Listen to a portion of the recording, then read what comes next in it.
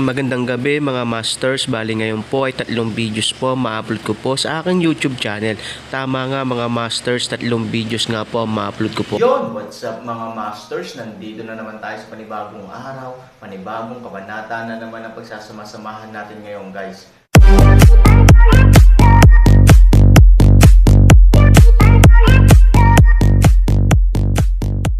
Bali mga masters, kung bago ka pa lang po sa aking YouTube channel, please click the subscribe button, lalong-lalo na po yung notification bell guys, para maging connected pa rin tayo sa isa't isa at maging updated kayo sa mga susunod ko pang video. Bali mga masters, bago natin umpisahan ng kwento ay mag-shoutout po muna tayo para sa mga solid nating tagapakinig. Shoutout kay Richard Lived, shoutout kay Renny Boy Tuya, shoutout kay Jobert Dinoy, shoutout kay Norlisa Sugay. Yun na nga mga masters, no? Bali hindi na ito patagalin. In 3, 2, 1, let's go! Mga masters, baka pwedeng hindi tayo mag-skip ng ads. Salamat mga masters. Ang bagong yugto ni Daryl sa storytelling channel sa YouTube mapapakinggan. Ang bagong kabanata, dahil sa kanya nagtuon ng panahon ang aking ama, upang ito ay turuan ng mga kasanayan sa pakikipaglaban. At ang aking nakakatandang kapatid na lalaki, ang susunod sana na magiging pinuno ng aming lahing elf. Ngunit ito ay napaslang ng mga Rakshia. At ganun din ang aking ina. Dahil din sa labanan na iyon ang aking ina ay napaslang ng mga lahing Rakshia. At dahil sa nangyari, ito ay labis namin kinagalit lalo na ang aking ama. Kaya sinabi ng aking ama sa aming lahi ng mga elf, na ang Rakshia ay ang amin ng mortal na kaaway. Na kahit anong mangyari, kapag dumating ulit ang araw na ang lahi namin mga elf at lahing Rakshia ay magkaharap muli sa isang matinding labanan. Tinitiyak ng aking ama, na ang lahi ng Rakshia ay mawawala sa ating daigdig. Ganun na lang ang galit ng aking ama sa lahi ng Rakshia dahil sa pagkamatay ng aking kuya at ng aking ina. Sabi ni Lynn, nang marinig ito ni Ambrose. Si Ambrose ay nagsalita, kinalulungkot ko ang nangyari sa iyong kapatid at sa iyong ina. Hindi ko na sana pinakwento sa iyo ang ganang mga bagay. Sabi ni Ambrose, nang marinig ito ni Lynn. Siya ay ngumiti at sinabi, okay lang iyon, matagal na din naman ang panahon na lumipas, at kami ng iyong ama ay nagkakilala dahil sa isang pangyayari. Si Daryl ay napadpad sa aming nasasakupan ng hindi sinasadya. Habang kami ng aking ama na nagpapahangin, nakita namin siya sa aming nasasakupan. At nagpas siya ang aking ama, na si Daryl ay aming puntahan. Sa aming pagdating sa kanyang kinaroroonan, ang aking ama ay nagtanong kung paano napadpad si Daryl sa aming lugar at ano ang pagkakilanlan nito. Ang iyong ama ay masyadong maingat pala sa mga oras na iyon. Nilihim niya ang tunay niyang pagkakilanlan. At ang kanyang spiritual na lakas ay kanya palang tinatago. Ngunit sa mga oras na iyon, ako ay hindi niya nakambansi. Alam ko na nagsisinungaling si Daryl sa mga oras na iyon. Patawad sa inyo, dahil sa mga oras na iyon ako ay naging masama sa kanya. Siya ay aking inatake gamit ang aking palad. Ngunit dahil din sa lakas ng iyong ama nang hindi ko ito napansin talaga. Ang iyong ama ay hindi naman nasaktan. At kaya siya nanatili sa aming nasasakupan. Dahil ginawa siyang apprentice ng aking ama. Dahil noong araw na iyon, ang 4 na general mula sa lahi ng mga demonyo ay naramdaman ang aking spiritual na lakas na akala nila na ang 2 takas mula sa kanilang kaharian nagmula ang aking spiritual. Sabi ni Lynn. Nang marinig ito ni Ambrose at nila Yvette, sila ay nagulat, at si Ambrose ay mabilis na nagsalita. Ano, Prinsesa Lynn, ulitin mo nga ang iyong sinabi, na akala ng 4 na general mula sa lahi ng mga demonyo. Ang hinahanap nila ang 2 takas mula sa kanilang kaharian ang spiritual na naramdaman nila mula sa iyo. At nagmula sa 2 takas na kanilang hinahanap. Sabi ni Ambrose, nang marinig ito ni Lynn siya ay agad na sumagot at sinabi. Oo, tama ka nga Master Ambrose. Sa mga oras na iyon ang 4 na general mula sa lahi ng mga demonyo ay nagpapatrolya upang hanapin ang 2 takas sa kanilang kaharian. At dahil dun, gumawa ng paraan ang aking ama. Upang hindi ako mapahamak dahil alam naman natin ang mga lahing demon ay sobrang mahigpit at masama. Lalo na ang 4 na general na iyon na nagtataglay ng sobrang lakas na spiritual.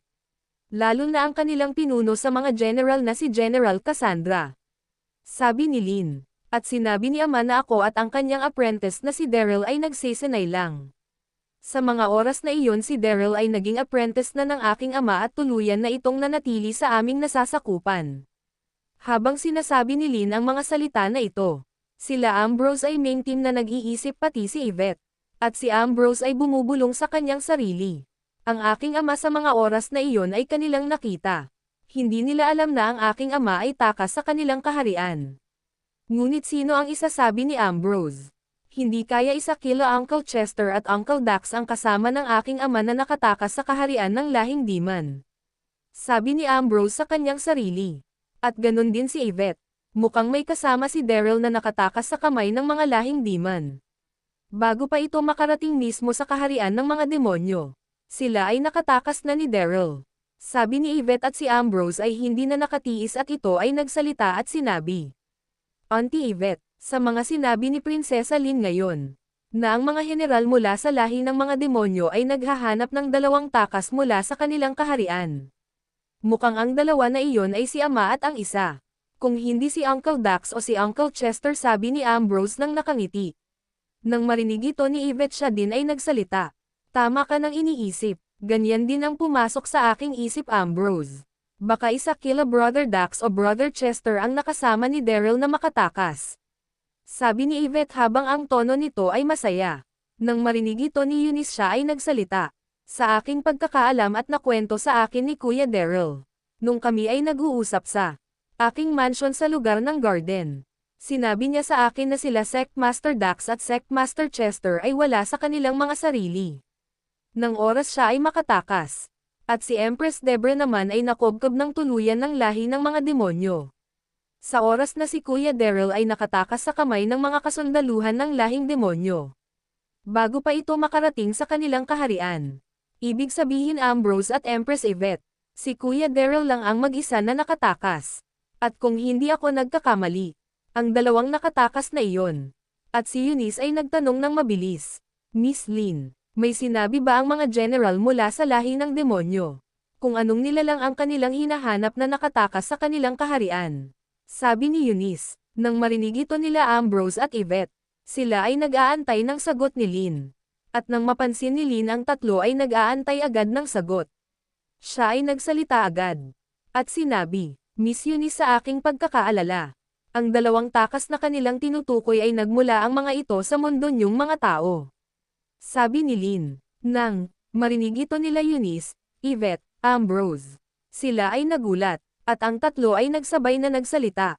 Baka ang dalawa na iyon ay sila Brother Dax, Uncle Dax, Brother Chester, Uncle Chester o kaya si Auntie Debra. Miss Debra, sabi ng tatlo na sabay-sabay. Biglang naging maganda ang aura ni Ambrose at ni Yvette. At si Ambrose ay nagsalita. Nakakatiyak ako na ang dalawang nakatakas sa kaharian ng lahing demon ay ang dalawa natin kapamilya. Kung ganun, isa na lang ang ating ililigtas mula sa kanilang kaharian. Si Ambrose ay sobrang saya ang nararamdaman sa mga oras na ito. At ganun din sila Eunice at Yvette. At maya-maya nagsalita si Yvette. Prinsesa Lynn, lubos kami nagpapasalamat sa kabaitan ng iyong lahi para kay Daryl. At salamat sa importante mong balita sa amin ngayon. Dahil sa iyong kwento na pagtanto namin na ang dalawa sa aming pamilya na nakobkob ng lahing demon ay nakatakas sa kanilang kaharian.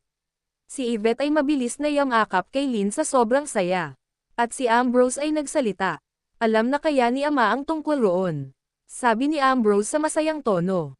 At nang marinig ito ni Eunice, siya ay agad na nagsalita at sinabi. Sa tingin ko, Ambrose, hindi pa alam ni Kuya Daryl ang mga pangyayari na iyon. Dahil nais niya talagang bumalik sa lugar ng mga elf upang mailigtas sila Sectmaster Dax, Sectmaster Chester at si Empress Debra. Sabi ni Eunice. At nang marinig ito ni Ambrose, siya ay napakamot ng ulo at sinabi. Tama ka nga, Auntie Eunice. Dahil sa aking kasiyahan ngayon, nakalimutan ko ang iyong mga nakwento sa amin. Mukhang pumapanig na sa atin ang kapalaran. Mukhang ang ating pamilya ay mabubuo muli. Sa tagal ng panahon na lumipas, nararamdaman ko na ang pagkikita-kita ulit natin lahat. Uncle Dax, Uncle Chester at Auntie Debra. Miss na miss ko na kayo, sabi ni Ambrose. At dahil sa mga nalaman nila ngayon, sobrang saya ang tatlo sa kanilang naramdaman. Nakalimutan ni Ambrose ang tungkol sa imperyo ng Westrington. Kung ano na ang lagay ng libo-libong kasundaluhan ng Elysium Gate kasama si General Himeno at ang kanyang ama na si Daryl. At samantala sa loob ng imperyo ng Westrington, sila Daryl at General Himeno ay patuloy pa rin na nakikipaglaban. Ang dalawa ay labis na nababalutan ng dugo. Si Daryl ay ng dugo sa kanyang katawan ay mula sa mga kasundaluhan ng Westrington. At ang dugo naman sa katawan ni General Himeno ay nagmula sa kanyang mga sugat, ang mga dugo nito sa katawan at mga dugo ng kasundaluhan ng Westrington na kanyang napaslang. Habang tumatagal ang labanan, lubos na nakakaramdam ng pagod si General Himeno sa mga oras na ito. Ngunit pinipilit pa rin nitong lumalaban. At ang kasundaluhan ng Westrington ay tila ba hindi nababawasan dahil sa dami ng mga ito. Libong kasundaluhan ang mga nakapalibot kila General Himeno at Daryl sa mga oras na ito. At si Emperor Dwayne ay nakakatiyak na ang kanyang tagumpay. At ito ay tumatawa, haha, kung ako sa inyong dalawa, hindi na ako magsisayang ng lakas. Kayo ay sumuko na upang kayo ay mamatay na ng hindi nasasaktan, sabi ni Emperor Dwayne sa mapang asar na tono, at nang marinig ito ni Daryl ito ay mas lalong nagalit. Nais patayin ni Daryl agad-agad si Emperor Dwayne. Kung totoosin kayang-kaya naman niya ito gawin agad. Ngunit ito ay nag-aalangan gumamit ng kanyang spiritual na lakas. At samantala si General Himeno ay labis na ang natatamong sugat nito sa mga espada ng mga kasundaluhan ng Westrington. Ngunit ito ay nagpapakita ng tibay ng loob kaya ito ay nanatili pa rin nakatayo at lumalaban. At maya-maya si General Himeno ay bumulong sa mahinang boses, na sila lang dalawa ni Daryl ang nakakarinig. Dahil alam ni General Himeno na hindi pwede malaman ng Westrington lalo ang kanilang emperor na si Emperor Dwayne na si Daryl ay nakabalik na sa mundo ng mga tao. Kaya nagsalita ito sa mahinang tono at sinabi, "Sect Master Daryl, kinararangal ko na lumaban kasama ka. At wala akong pinagsisihan sa mga oras na ito. Na kahit mamatay ako sa lugar ng Westrington sa mga oras na ito." Sabi ni General Himeno sa mahinang boses. "Lubos ako nagagalak na makasama ka sa isang kalaban, na matagal ko nang pinapangarap, Master Daryl."